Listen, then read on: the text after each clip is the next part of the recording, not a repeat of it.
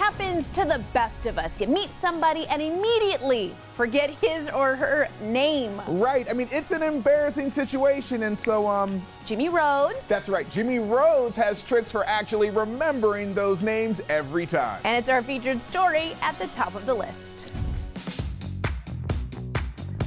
It happens all the time. You meet someone, she says her name, and you forget it, what, like 30 seconds later? Try 2 seconds later. Devora Zach's the author of Networking for People Who Hate Networking. And she says forgetting someone's name isn't the best start when you're, networking. It makes a great impression on people when you do remember their names, so it's worthwhile honing this skill. So we're running down Devora's tricks for locking in those names. First, invest in remembering. We are living distracted lives, just failing these days at focusing on the person in front of us. So go all in. Put the cell phone down. Just don't be in a million places at Looking once. over the shoulder for the person you really wish you were talking to. Yeah. That's like Hollywood party syndrome.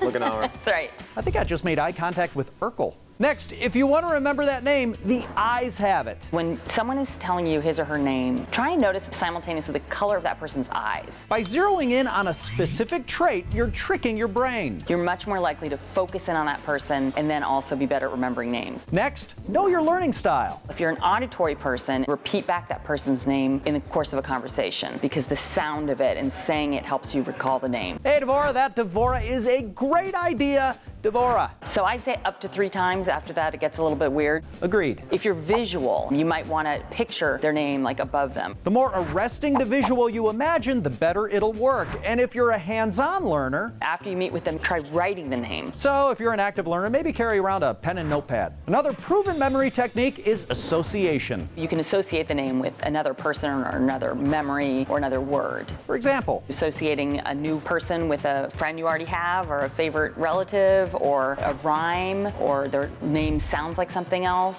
I find it's best when the person first says their name to you to do the name game. Devora, Devora, Bobobora, Banana Fana, Fulfora, Me, My, Momora, Devora. I think you should do that all the time. I'm pretty sure that was sarcasm. Finally, we're all in this together, so help people out. Make the assumption other people are going to forget your name. So when I see people again and again, I'll just keep saying my name without waiting for them to be embarrassed or to ask. I'll say, I'm Devora. And they're like, I know, I'm your sister. Yeah, family events can be awkward. Remembering the names of the people you meet are at the top of the list.